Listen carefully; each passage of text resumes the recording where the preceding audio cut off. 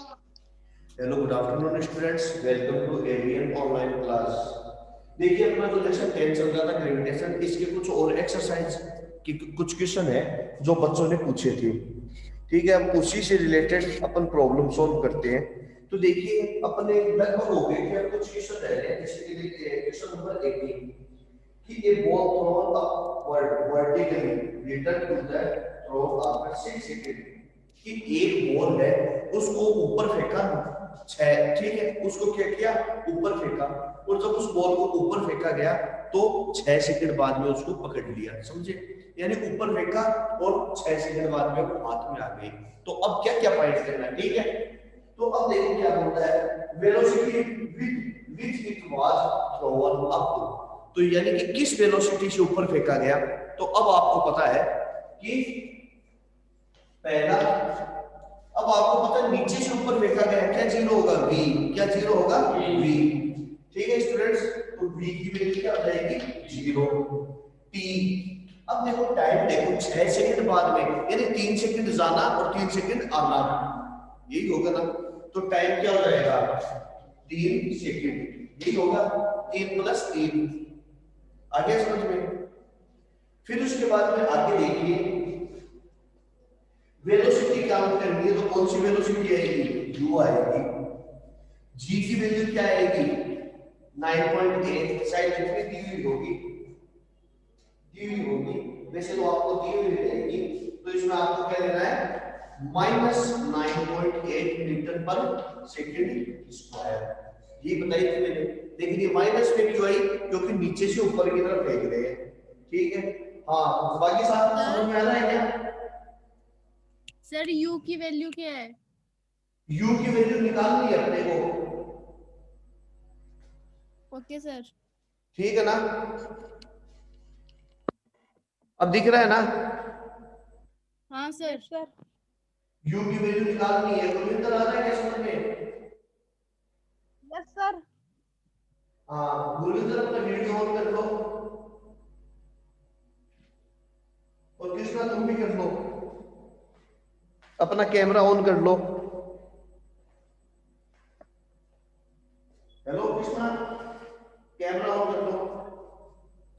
हाँ भाई देखो, ठीक है। अब ऐसा कौन सा फॉर्मूला ले जिसमें u आता है, तो first law of motion u + 80, v = u + 80।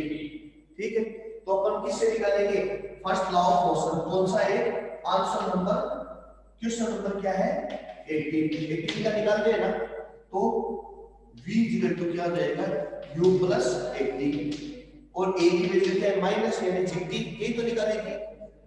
तो और v बराबर क्या है, जीरो, तो v बराबर जीरो, और u बराबर क्या आ जाएगा, तो ये आ जाएगा u = जीटी। ये निकाले थे अपन ने, आया क्या समझ में।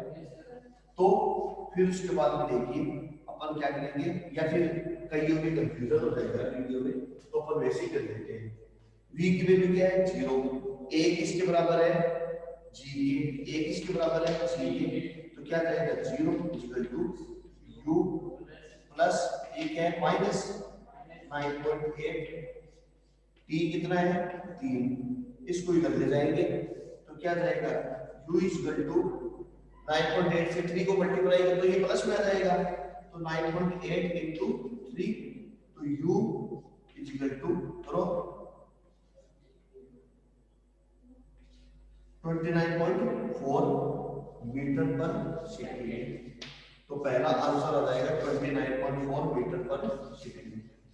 क्लियर, हाँ भाई समझ में आ गया। Yes sir. हाँ गुरविंदर आ सर रहा है नहीं क्या, आया, हाँ नहीं आया सर। क्या, नहीं आया सर समझ में। तो स्कूल आ जाना, स्कूल में समझाऊंगा सर फिर कब? उसके बाद में आगे देखो, गेंद जो बॉल है वो कितनी मैक्सिमम हाइट तक पहुंचेगी। ठीक है, ये बोल रहा है maximum height of height it reach, कितनी मैक्सिमम हाइट तक ये पहुंचेगी। तो इसकी मैक्सिमम हाइट काउंट करनी है। तो मैक्सिमम हाइट काउंट करने के लिए सेकंड लॉ ऑफ मोशन क्या था, h = ut plus half 80 square.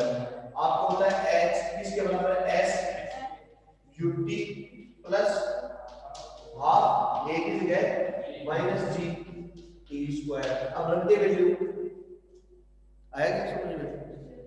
Yes, sir. ठीक है, तो इसमें आप क्या करो, वैल्यू पुट कर दो। तो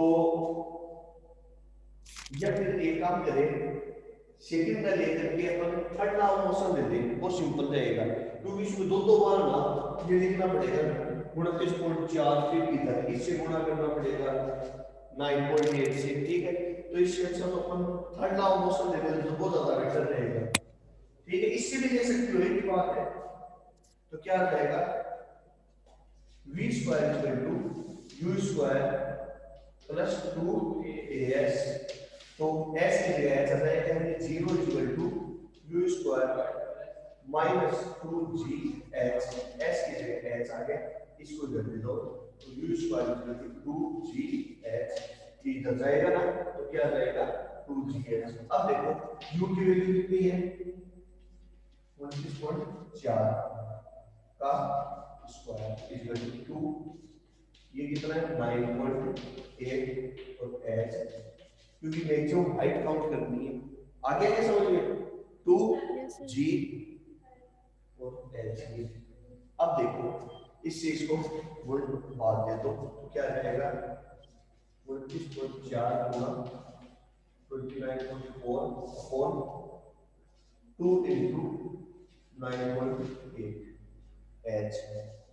अब इसको कर दो, करना है तो देखो इस पॉइंट से ये पॉइंट है जी, इसको हटाओ, नीचे 10 लग जाएगा, 2 से इसको काट दो, 2 1 2 2 चौको 8, 2 7 14। ठीक है, 21 7 147 21 का बैंड जैसे 7 से कटता है क्या, 7 से कटता है, 7 एकम 7 7 चौक 28 और 7 14 7 एकम 7। ठीक है, 7 का 7 तो 14 7 ये 21, 2 से इसको काट दो, 2 एकम 2 2 इसको इससे गुणा कर दो, क्या जाएगा 7 21 2 14 10 10 का मान है 2, तो क्या जाएगा आंसर, h बराबर क्या आ गया 44.1 मीटर। यानी कि पत्थर कितनी ऊंचाई तक पहुंचेगा, 44.1 मीटर ऊंचाई तक पहुंचेगा। आ गया समझ में? यानी कि एक इंसान ने जब स्टोन को ऊपर की तरफ फेंका, 6 सेकंड बाद में पकड़ लिया, तो किस वेलोसिटी से फेंका, 29.4 मीटर पर सेकंड u। फिर उसके बाद कितनी ऊंचाई तक वह पत्थर गया, 44.4 मीटर की ऊंचाई तक वह पत्थर गया, स्टोन गया। ठीक है, अब नेक्स्ट है, आगे है कि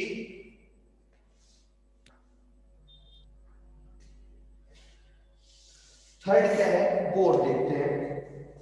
थर्ड बोल रहा है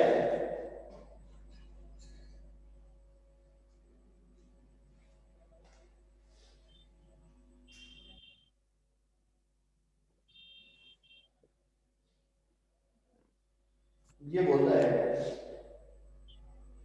इट पोजीशन आफ्टर 4 सेकेंड, इसकी पोजीशन 4 सेकेंड के बाद में इसकी पोजीशन क्या होगी, 4 सेकेंड बाद में पत्थर की पोजीशन। तो देखो पत्थर की 4 सेकेंड बाद में पोजीशन, 3 सेकेंड में तो वो वहां जाकर के 0 हो गई 3 सेकेंड में, फिर चौथा यानी 1 सेकेंड और, तो बस 1 सेकेंड और बचा ना, तो 1 सेकेंड में वो नीचे की तरफ तो आएगा, है ना, तो नीचे की तरफ आ रहा है, तो क्या आएगा u 0, g बराबर क्या हो जाएगा 9.8। ठीक है, तो यानी कि 1 सेकंड में वो कितनी नीचे तक आ गया, ये तो होगा 3 सेकंड में तो यहाँ तक, फिर 1 सेकंड में नीचे की तरफ, तो कितना नीचे पहुंचा वो दूरी ज्ञात करनी है। तो क्या ज्ञात करना है, h equal to ut plus half gt square, क्योंकि यहाँ पर अब क्या है g प्लस होगा, क्योंकि नीचे की तरफ आ रहा है ना, तो प्लस होगा, तो क्या होगा h इक्वल टू u कितना है, u तो 0 ही है, तो ये अपने आप ही 0 हो गया, प्लस हाफ जी कितना है? सर हाँ सर कैमरा का थोड़ा उधर करो, दिख रहा नहीं है। अच्छा अब हाँ सर। ठीक है, तो देखो स्टोन जो है, स्टोन के बारे में आपको बता दिया कि 4 सेकंड बाद में स्टोन की पोजीशन क्या होगी। तो 3 सेकंड तो देखो ऊपर जाने में और 1 सेकंड वापस नीचे आने में, तो 1 सेकंड में कितनी दूरी तय करेगा? तो एच जी तो U T plus half G T square, you zero तो टी भी जीरो हो जाएगा गुणा होकर के, फिर हाफ जी की वैल्यू प्लस में 9.8, और टी कितना है? टी कितना है? 1, क्योंकि 4 सेकंड का है ना, ठीक है, तो टी क्या आ जाएगा? 1। ठीक है, तो फिर उसके बाद में एक तो टाइम कितना बचा फिर, क्योंकि 3 सेकंड में तो वो ऊपर तक पहुंच ही गया था, 1 सेकंड तो टाइम कितना बचेगा? 1, तो 1 का स्क्वायर। अब देखो 2 से इसको काटो, 2 जो 8, 2 दूनी 18 और 4 को 9 से इसको गुणा कर दो, कितना बचा? इससे तो कोई गुणा नहीं होगा, 4.9 ही आएगा सर, कितना आ जाएगा? 4.9 के करीब ही इसका। इसके देखो पीछे कोई आंसर है क्या? देखो भाई, भाई 1 का स्क्वायर 1 ही होता है ना, तो h बराबर क्या आएगा? 4.9। अब देखो स्टूडेंट, यह एक पत्थर नीचे से फेंका, वेलोसिटी u कितनी है? 29.4। कितनी है u? 29.4। और कितनी ऊंचाई तक गया? 44.1। तो ये ऊंचाई कितनी है? 44.1 मीटर। अब यहाँ पर 3 सेकंड बाद जाकर के 1 सेकंड में वह कितनी दूरी तय करेगा? 4.9। कितनी दूरी तय की? 4.9, यानी इतनी दूरी तक ही आ गया। तो बताओ धरती से कितना ऊंचा है? तो इसमें से ये घटाएंगे ना, ये घटाएंगे नहीं घटाएंगे, तभी तो ये हाइट आएगी, है ना? तो क्या हो जाएगा, यानी टोटल हाइट कितनी है? 44.1 इंटू 4.9, तो क्या आ जाएगी? टोटल हाइट क्या आ जाएगी? घटाओ रे, 2 बच्चा 39.2 मीटर, ये आ रहा है क्या?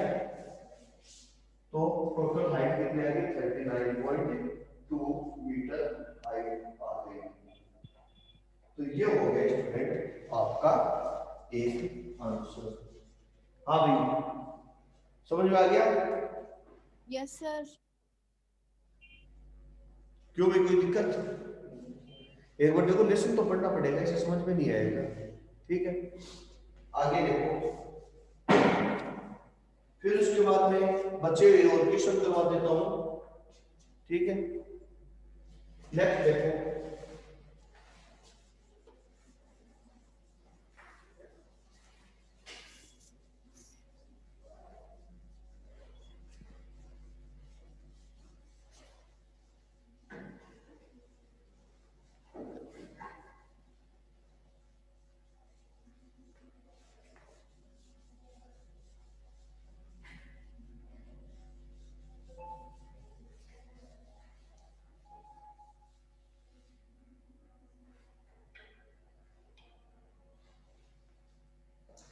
ये बोलता है, ये तो 1929 का भी हो गया था, 21 का देखो, the volume of 50 gram substance is 20 centimetre. तो 21 का तो आंसर है, जिसका वॉल्यूम कितना है? 20 centimetre, 20 centimetre cube. Sir object है उसका, और उसका सर मास m कितना है? 50 ग्राम। सर दिख रहा नहीं है। ये लो, अब ठीक है? थोड़ा सा और, है थोड़ा सा और करो। ठीक। अब हाँ हाँ। तो कोई ऑब्जेक्ट है जिसका वॉल्यूम है 20 सेंटीमीटर और मास है 50 ग्राम, तो ये बोलता है कि डेंसिटी ऑफ वाटर, वाटर की डेंसिटी dw करते हैं कितनी है? 1। ठीक है, कितनी है इसकी डेंसिटी? 1 gram centimetre cube. ये इसकी डेंसिटी।